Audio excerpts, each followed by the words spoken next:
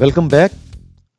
अब हम बात करेंगे एवरेज के ऊपर, एवरेज फंक्शन के ऊपर। एवरेज बेसिकली होता क्या है, करता क्या है। हमारे पास जितना भी डेटा है, ये सेल्स के डेटा की अगेन हम बात करते हैं। और जब हम इसके फंक्शंस चेक करते हैं, हमारे पास काउंट भी आ रहा है, एवरेज भी आ रहा है, मिनिमम मैक्सिमम काउंट नंबर्स हैं। नंबर्स और इसमें एक का फ़र्क क्या है? फ़र्क इसलिए है कि ये हेडर को भी काउंट कर रहा है और यहाँ पर हेडर काउंट नहीं हो रहा। अब हमें एवरेज चाहिए, तो मैं सिंपल फंक्शन लिखूंगा एवरेज और कॉलम सेलेक्ट कर लूंगा, तो मुझे इसका एवरेज मिल जाएगा 229.86। अगर मैं इसका एवरेज ए करता हूं तो थोड़ा सा फर्क आएगा, ये देखें। चलें थोड़े से डेसिमल बढ़ा देते हैं इसके, ताकि फर्क थोड़ा सा मजीद वाज़ेह हो जाए।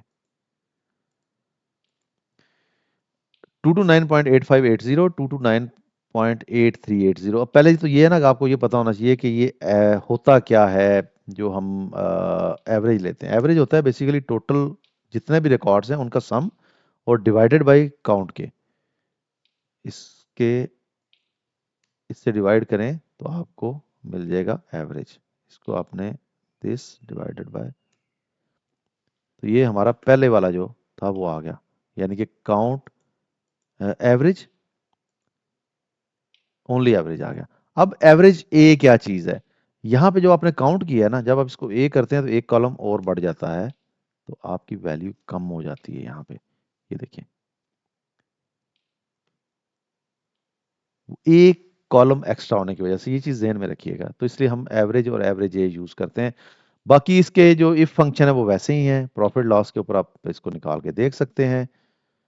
प्रॉफिट का एवरेज अगर आपने लेना है, एवरेज इफ ले लें या इफ्स ले लें, ये आपकी मर्जी है, लेकिन मैं आप रिकमेंड यही करूंगा कि आपने इफ्स ही यूज करना है, ताकि एवरेज रेंज पहले आप ऐड कर लें। कॉमा, प्रॉफिट और लॉस, इन दोनों के एवरेज आ गए। एवरेज इफ के लिए आपकी जो एवरेज रेंज है वो एंड पे आएगी, और एवरेज इफ्स के लिए वो पहले आ जाएगी, लेकिन मैं इफ्स के ऊपर ही आपको रखूंगा फिलहाल। अच्छा जी, और देख लेते हैं हमारे पास और कौन कौन से फंक्शन है जो कि एग्रीगेटेड फंक्शन है। एरे की हम अभी बात नहीं करते। फिल्टर फंक्शंस के ऊपर, फिल्टर सॉर्ट्स आओ, इसकी तो बात करेंगे। फिल्टर के ऊपर हमने फिल्टर भी बात कर लिया, यूनिक भी बात कर ली, लेकिन सॉर्ट के ऊपर बात नहीं की। इसके अलावा हमने मैथ के कौन कौन से फंक्शन कर लिए हैं जी? सम कर लिया, और एग्रीगेटेड में काउंट भी हमारा हो गया, एवरेज भी हो गया, मैक्सिमम मिनिमम भी हो गया। अब आगे चलते हैं और थोड़ा सा मज़ीद इन्हीं फंक्शंस को डिस्कस करते हैं। मुझे ज़रा एक आध फंक्शन, यस, अभी मैं सॉर्ट के बारे में बात कर रहा था।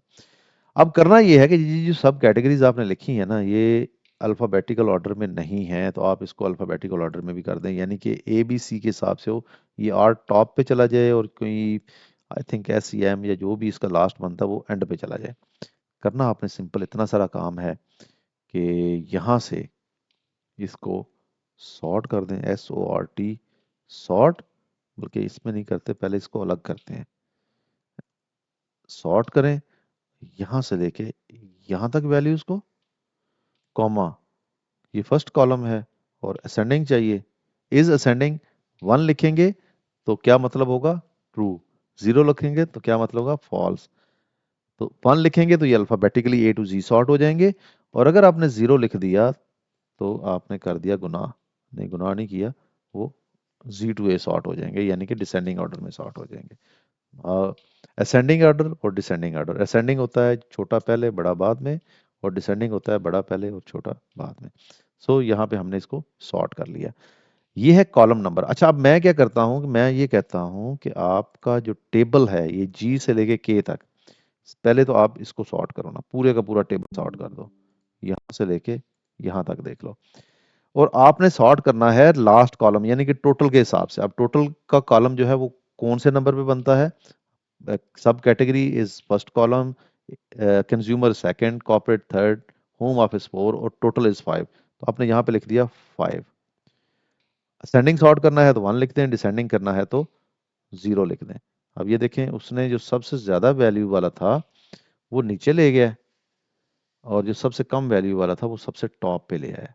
3024 टॉप पे आ गया, और 2297 नीचे चला गया। ये हेडर को फिलहाल आप इग्नोर करें क्योंकि हेडर्स के अंदर वैल्यू नहीं थी तो उसने उसको भी सॉर्ट कर दिया। अब इसी को अगर हम 0 कर दें, अब क्या हुआ, सबसे बड़ी वैल्यू ऊपर चलेगी, सबसे छोटी नीचे चलेगी। अब रिगार्डलेस कि ये जो कॉलम है ये सम ऑफ ऑल अदर कॉलम्स है, इसको इसको फिलहाल आप वो करें। अच्छा, अब मैं ये चाहता हूं कि मेरा ये सारा डेटा 1 के हिसाब से हो जाए और ये डिसेंडिंग ऑर्डर में। आप ये देखें डिसेंडिंग हो गया, टेबल्स टॉप पे आ गया, टोटल सबसे टॉप पे टेबल्स, और उस तरह से सब कैटेगरी के दरमियान में जाके छुप गया। इसको ही अगर मैं 1 करता हूं तो फिर देखते हैं क्या रिजल्ट मिलता है। एसेसरीज, अप्लायंसेस और ये सप्लाईज और ये सारे ये इसी हिसाब से सॉर्ट हो गए, ए बी सी के हिसाब से ये सॉर्ट हो गए।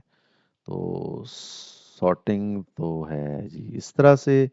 और अब सॉर्ट अगर तो हमने एक कॉलम की बेस के ऊपर करना है तो हम सॉर्ट यूज करते हैं, हमने मल्टीपल कॉलम की बेस के ऊपर सॉर्ट करना है,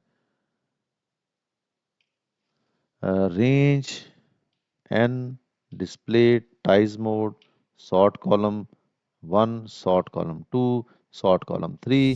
जो हम मल्टीपल सॉर्टिंग करनी है उसके लिए सॉर्ट एन यूज करेंगे।